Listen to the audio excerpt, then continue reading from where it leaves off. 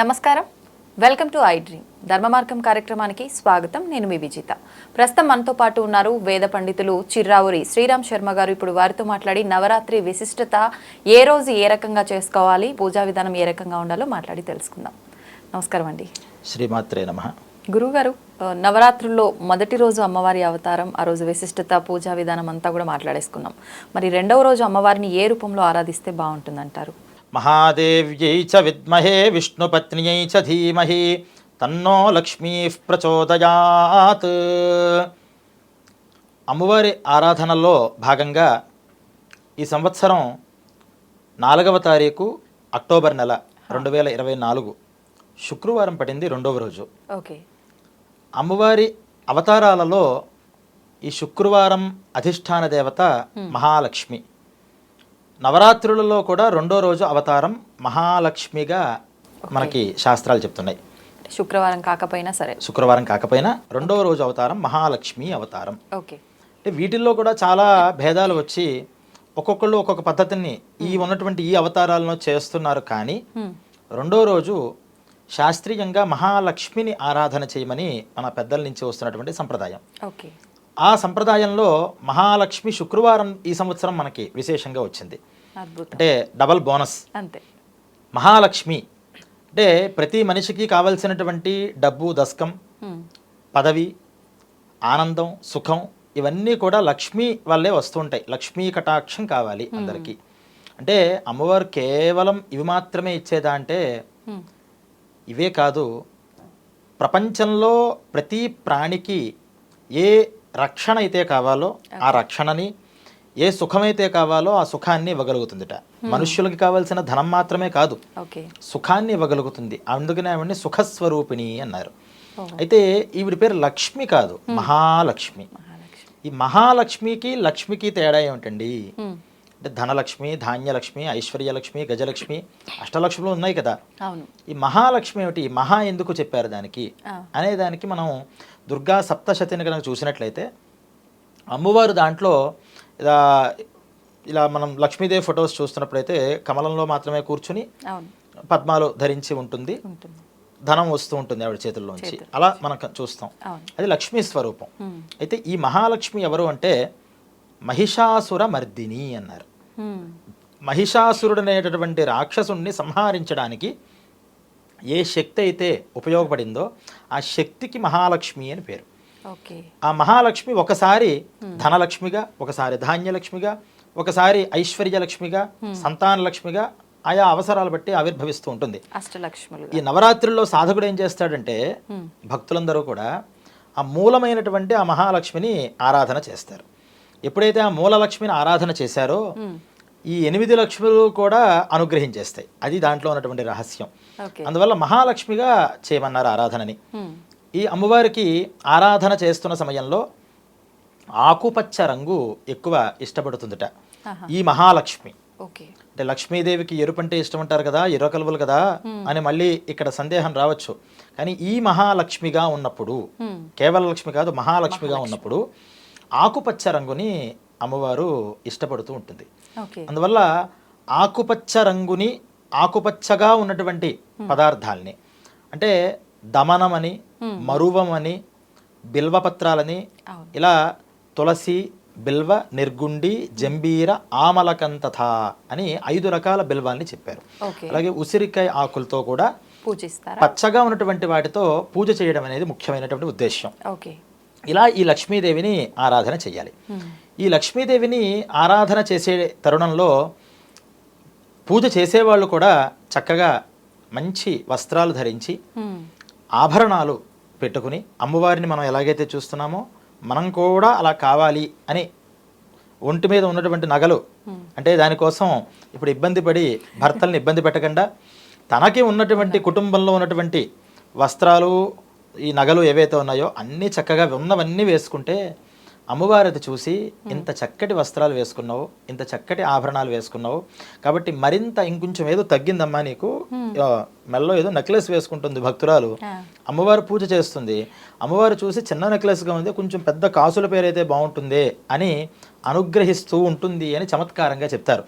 అంటే భక్తులు అన్ని ధరిస్తున్నప్పుడు ఆ ధారణకి కావలసిన యోగ్యమైనటువంటి అన్ని ఐశ్వర్యాల్ని ఇస్తుందిట, సంతాన వృద్ధిని తీసుకొస్తుంది. అందువల్ల ఈ రెండో రోజు చేసే ఆరాధనలో ఆకుపచ్చ రంగుని వాడడం, అలాగే ఈ మహాలక్ష్ములలోనే లక్ష్మీదేవి కూడా ఉంది కాబట్టి లక్ష్మీ అష్టోత్తరంతో అమ్మవారిని అర్చన చేయడం. ఇంకా ముఖ్యం కనకధారా స్తోత్రం. ఆదిశంకరాచార్య స్వామి వారు ఒక దైన్య స్థితిలో ఉన్నటువంటి ఒక స్త్రీకి ఐశ్వర్యాన్ని కటాక్షింపచేయాలి అని, అంత దైన్యంలో ఉంటూ ఒంటి మీద వస్త్రం కూడా లేక ఇంట్లో దాక్కుని ఉంది పాపం. ఈయన భిక్షావందనానికి వెళ్ళారు, భిక్ష పెట్టాలి వచ్చాడు పాపం, బాలుడు ఈయనకి ఏమీ పెట్టకుండా పంపించకూడదే అని లోపల పాపం ఏమీ లేదు, తనకి ఆహారం కూడా లేదు. ఒక ఎండిపోయిన ఒక ఉసిరికాయ ఉంటే ఆ ఉసిరికాయని ఇచ్చిందిట. అది కూడా బయటికి వచ్చి ఇవ్వగలిగే పరిస్థితి లేదు పాపం ఆవిడికి, ఒంటి మీద వస్త్రాలు లేవు సరిగ్గా. ఆ తలుపు చాటు నుంచి ఇస్తే అది చూసి మనస్సు ద్రవించింది శంకరాచార్య స్వామి వారికి. వెంటనే అమ్మవారిని ధ్యానం చేసి ఒక్కసారి ప్రసన్నం చేసుకోవడంతోనే ఆ బంగారపు ఉసిరికాయలు వృష్టిగా కనకధారగా ఆవిడ కురిపించిందిట. అది ఇప్పటికీ కూడా కాలటి అనేటువంటి క్షేత్రంలో కేరళలో చెప్పుకుంటూ ఉంటారు. ఆ ఇల్లు కూడా ఉన్నాయి ఎక్కడైతే ఈయన ఈ స్తోత్రం చేసి కనకధార చేశారు. కనకధార చాలా శక్తివంతమైన స్తోత్రం. ఆ కనకధార స్తోత్రాన్ని అమ్మవారికి చాలా ప్రీతికరంగా స్తోత్ర ప్రియా స్తుతిమతి అని నామం అమ్మవారికి. స్తోత్రాలు చదవడం వల్ల చాలా ఆనందపడుతుంది కాబట్టి కనకధారా స్తోత్రాన్ని అమ్మవారికి చేస్తూ ఉండడం. అలాగే ఈ నవరాత్రులలో భాగంగా మనం చేస్తున్నటువంటి లలితా త్రిపుర సుందరి రూపంగా అమ్మవారిని భావన చేసుకుంటూ ఉండడం. అమ్మవారికి నివేదన రూపంగా క్షీరాన్నము అని చెప్పారు, పాయసం అని పరమాన్నం అని మనం చెప్తూ ఉంటాం. అయితే చాలా మంది చేస్తున్న తప్పేంటంటే సేమియా పాయసం చేస్తున్నారు. సేమియా పాయసం అసలు నివేదనకి పనికిరాదు. ఎందుకని? సేమియా అనేటటువంటి పదార్థం మనకి ప్రకృతి సిద్ధంగా వచ్చినటువంటిది కాదు. ఆ సేమియా పదార్థాన్ని తయారు చేయాలంటే అంతకు మునుపు సగం వంట చేసి ఉండాలి, అప్పుడు మిగతాది మనం పూర్తి చేసుకుంటాం దీంట్లోకి వచ్చి. అందువల్ల ఆ సేమియాని శాస్త్రీయమైనటువంటి ప్రసాదాలలో ఎక్కడ కూడా చెప్పలా. అందువల్ల క్షీరపాయసము అంటే చక్కటి ఆవు పాలు తీసుకుని రావడం. ఆవు పాలు దొరకని పక్షంలో గేదె పాలైనా వాడచ్చు, కానీ శ్రేష్టత్వం అనేది ఆవు పాలకి ఇచ్చారు. ఆవు పాలతో బియ్యంతో దాంట్లో బెల్లం అన్నం వేసి తయారు చేసుకోవడం కానీ, లేదా రవ్వ కేసరి అని మన గోధుమ రవ్వతో చేసేటటువంటి ఒక మధుర పదార్థం, దాన్ని కానీ ఈ మధురమైనటువంటి ఈ రెండు పదార్థాలు కూడా లక్ష్మీ అమ్మవారికి ఆరాధనలో భాగంగా చెప్పారు. ఇవి నివేదన చేసి ఆ రోజంతా అమ్మవారికి ఇష్టమైనటువంటి పని లక్ష్మీ రూపంగా ఏవేవైతే లక్ష్ములు మనం కావాలనుకున్నామో అన్నిటినీ పెట్టడం.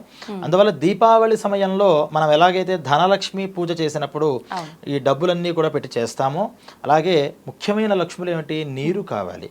అందువల్ల ఒక పాత్రలో నీరు పెట్టడం, ఇంకో పాత్రలో కాస్త బియ్యం పెట్టడం అంటే ధాన్యలక్ష్మి, అలాగే పుస్తకాలు పెట్టడం విద్యాలక్ష్మి, అలాగే ధనాన్ని కూడా పెట్టడం, సువర్ణాన్ని కూడా వాళ్ళ ఇంట్లో 1 గ్రామో 1/2 గ్రామో చిన్న రూపుని ఏదైనా సరే అమ్మవారి దగ్గర పెట్టడం. అలా ఏవేవైతే వాళ్ళకి లేనివి అని ఉన్నాయో ఆ లేనివన్నీ కూడా అక్కడ పెడితే వస్త్ర రూపంగా ఆవిడ ఆరాధన చేయడం వల్ల అభూతి అసమృద్ధి లేకుండా చేస్తుందిట. ఇంట్లో అభూతి అంటే ఏంటి, నాకు ఇది లేదు అది లేదు అని అనుకుంటూ ఉంటాడు. అసమృద్ధి అంటే చాలదు అని. ఈ రెండూ కూడా లేకుండా అమ్మవారు అన్ని వస్తువులు కూడా ఇస్తుంది కాబట్టి ఎవరెవరు దేని మీద కావాలి అని అనుకుంటున్నారో ఆ వస్తువుల్ని అక్కడ అమ్మవారి దగ్గర పెట్టి అవన్నీ కూడా లక్ష్మీ స్వరూపాలుగా భావన చేసినట్లయితే ఈ 2వ రోజు చేసేటటువంటి ఈ లక్ష్మీ ఆరాధన వల్ల మహాలక్ష్మి కటాక్షం అనేది ఆ కుటుంబం అందరికీ కూడా పడుతుంది అని మనకి సంప్రదాయంలో చెప్పినటువంటి విషయం. ఓకే, అయితే ముఖ్యంగా ఈ పూజలన్నీ కూడా నవరాత్రి పూజలు బ్రాహ్మణుల సమక్షంలో చేసుకోవాలా, ఎవరికి వాళ్ళు ఇంట్లో నార్మల్గా చేసుకుంటే సరిపోతుంది? చాలా చక్కటి ప్రశ్న అడిగారు. ఈ పూజలు ఎప్పుడైనా సరే మనకి మంత్రము తంత్రము అంటారు, అంటే చేసే క్రియాకలాపం అంతా కూడా యంత్రము అని యంత్రరాజాన్ని అక్కడ స్థాపన చేయడం, ఈ 3 విధానాలుగా ఉంటుంది.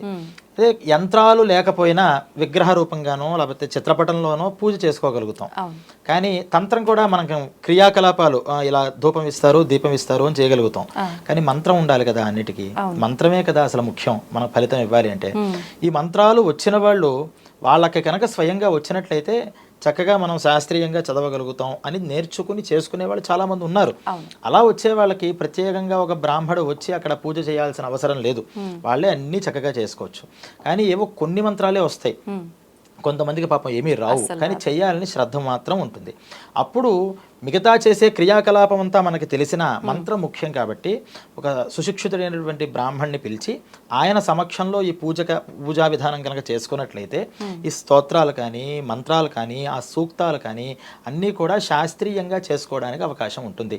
కొంతమందికి బ్రాహ్మలు లభ్యం కారు, చేసుకుందాం అనుకుంటారు, పిలుద్దాం అనుకున్నా మరి వాళ్ళు ఈ దేశంలో ఉండకపోవచ్చు, ఏదో దేశంలో ఉండొచ్చు.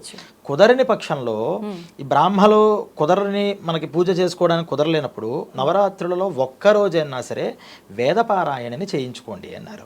అంటే భక్తితో మనకి తోచినటువంటి పదార్థాలు పెడతాం, ఒక టేప్ రికార్డరో లేకపోతే యూట్యూబ్ ఆన్ చేస్తాం, ఆ స్తోత్రాలన్నీ వినిపిస్తాం అమ్మవారికి, పూజంతా పూర్తి చేస్తాం. కానీ మంత్రం ప్రత్యక్షంగా జరగాలి కాబట్టి 9 రోజులలో ఒక్కరోజు వేదపారాయణ కనుక ఎత్కించిత్ అంటే ఎంత కుదిరితే ఒక గంట సేపు, గంటన్నర సేపు, అరగంటో ఎవరికి ఎంత శక్తి అవసరం ఉంటే ఒక బ్రాహ్మణ్ణి ఒక్కరోజైనా పిలిచి వేదం చదువుకున్న బ్రాహ్మణ చేత వేదపారాయణ కనుక చేసినట్లయితే ఈ 9 రోజులు మంత్రం లేకుండా చేసినటువంటి దోషమంతా కూడా పోతుంది అన్నారు.